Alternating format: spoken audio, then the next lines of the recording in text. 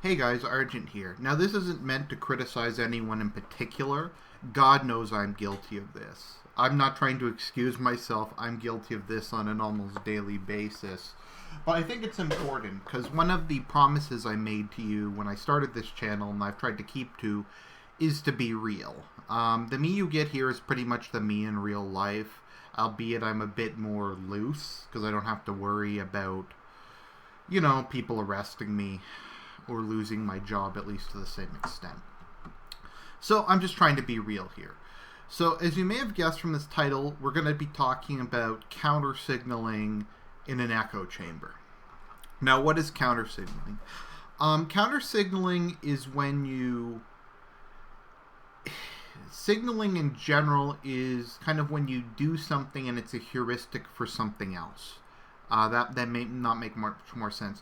A heuristic is a way of expressing a complicated idea or set of ideas using something very simple. Like, for instance, a flag is a heuristic. The Canadian flag has a maple leaf on it. People see that. It immediately conveys the idea of Canada. A unit's patch on the shoulder contains something about the history of the unit, something about what the unit stands for. So that's kind of what a heuristic is. So signaling is a way of expressing a heuristic. Makes sense, right? I mean, if you think about it, in the olden days, signaling initially kind of refers to like using flags to signal other ships back before radios, or a distress signal. So that's what signaling is. Now, counter signaling is when you signal against something as a heuristic to prove something. So whenever liberals just obsess over the KKK, for instance, that is counter signaling. They aren't really addressing anything that exists or that's significant. I don't even know if I guess there's still like a couple people who are part of the KKK, but it's irrelevant. It's like whenever somebody says something mildly politically incorrect and all the liberals routinely denounce them, it's a way of counter-signaling against them and to show how tolerant they are. So I just wanted to kind of establish that. So that's counter-signaling. It's often when you're looking for examples of people to throw under the bus or people to crucify to show something about yourself, maybe to show a distinction. And I'm guilty of this too. Part of when I talk about, my dislike of the Nazis is a form of counter-signaling so people don't conflate me with them. And it's legitimate, it's just something you have to be aware of. Most things that people accuse people of aren't necessarily bad. There's a time and a place for them. So, I think what's important, though, about counter-signaling is to keep it in perspective. I'm just going to say this right now. I know someone went on TV and talked about, I forget his name, he's like, oh, you got these guys in the alt-right who jerk off to anime porn. I think it's important to keep in mind, in general, this community doesn't matter that much to the broad society. Or maybe as a whole we might matter, but individual people don't really matter that much. They might have a lot of... probably what eventually will happen is we'll have significant influence among kind of the intellectual kind of elites. That's kind of the direction the movement's going in. But let's look at some of the people. Let's look at some of the big figures. Millennial Woes. Now, most people will say Millennial Woes is kind of one of the leaders of the Edgosphere, at least in terms of kind of his stuff.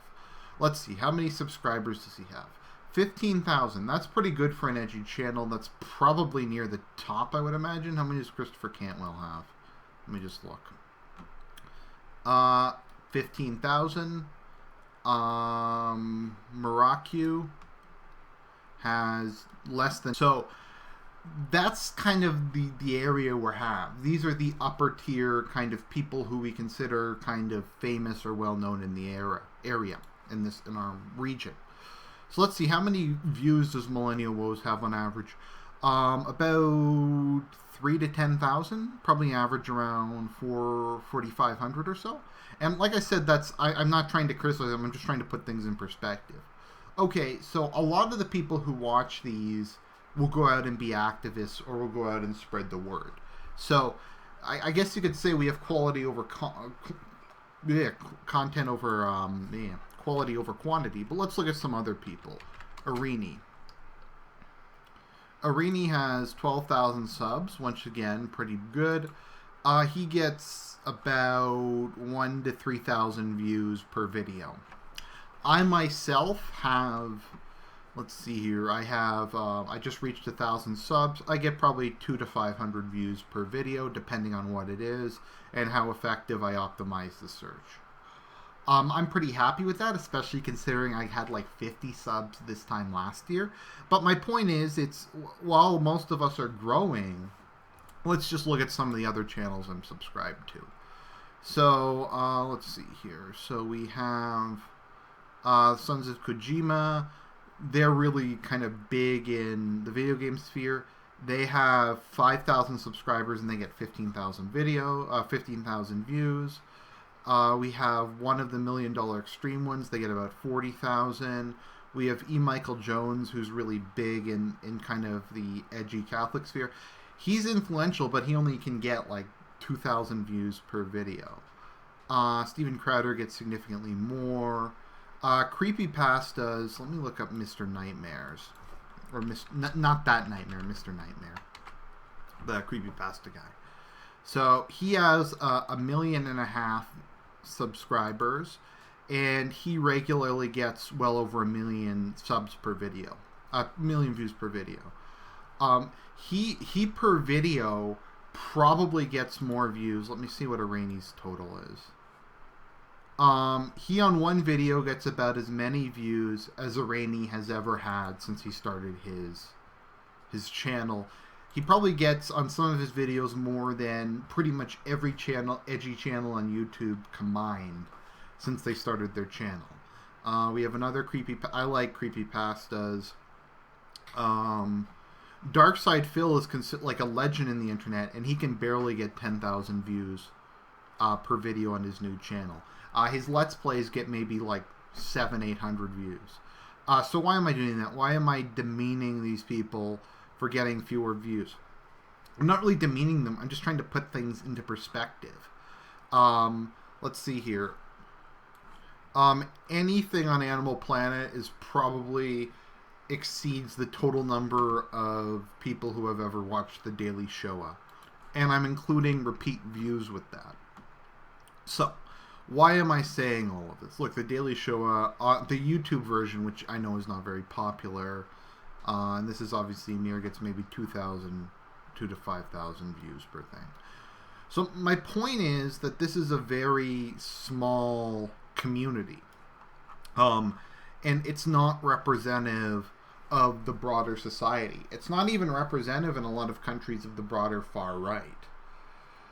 And the kind of, by far right, I don't know, I mean like maybe what would be considered far right by most people. Heritage Foundation, Fidesz, the National Front, Donald Trump. The kind of people who would support that or be involved with that there's some overlap, but they're kind of different. We aren't really representative of them. So, my point is, it's very easy to lose perspective of things. To go, oh, this person who's like a celebrity, they dissed me. Oh, Millennial Woes made a video about me. Oh, or Arani mentioned me in his podcast. And you'll like can be devastated. You're like, oh my god, this huge guy took me down. I'm in trouble. And the thing you have to keep in mind is it's what you're looking at is an extremely small subsection of an extremely small subsection of an extremely small subsection. And given that, the people you kind of meet here and the people you deal with are not really representative of anything. They aren't even really representative of the edgy sphere. So, my point is, a lot of these people are kind of, particularly the really strange ones, are probably crazy or deranged in some way. I don't say that to dismiss them. I'm just saying this is a very specific, small subsection of the population. The fact that you have such a huge number of people who are autistic or have other mental illness I think it really says something. And I obviously do. I have bipolar disorder myself, and I don't exclude myself from that. So I think people can get the perspective like, oh my God, neo-paganism's taking over. They're going to bring Thor back. Christianity's in danger from these people. It really isn't. These people represent maybe a millionth of the population. It's not representative. It's like, it'd be like, well, it's growing rapidly. Okay, it's growing from maybe 1,000 to 2,000 people.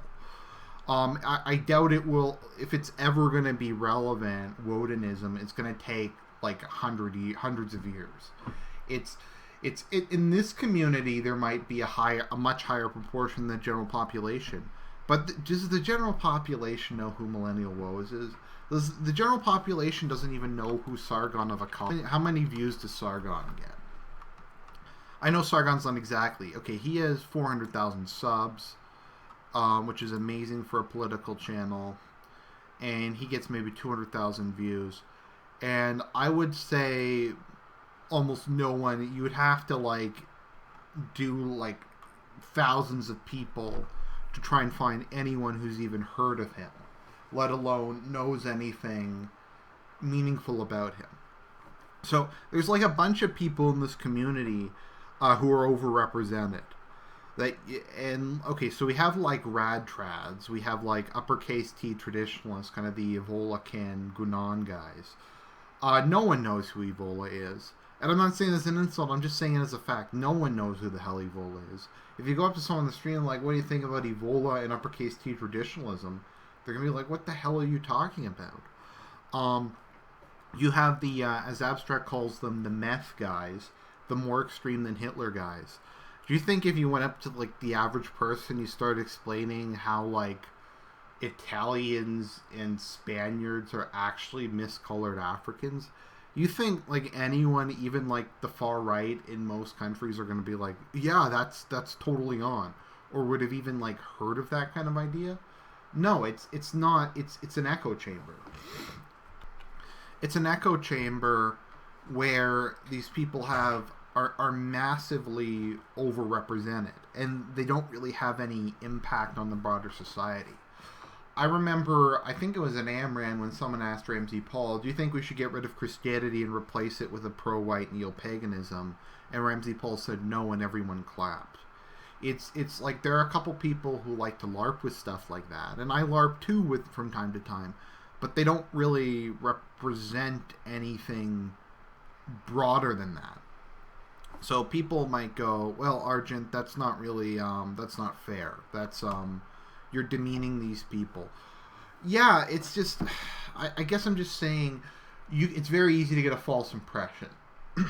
So where does counter-signaling come into this? There is a need, and I'm very guilty of this too, to counter-signal against people. To do like problems with the alt-right and then to talk about renegade broadcasting or the Wodenists or the ANCAPs or Catholics who are more radical than they were during the medieval era. And these, like, it's because you may know a lot of these people, but no one else does. You think if you, like, mention renegade broadcasting or you talk about, like, the red ice wall at the South Pole, you think people are going to be like, oh my God, you're right, it's a threat to society.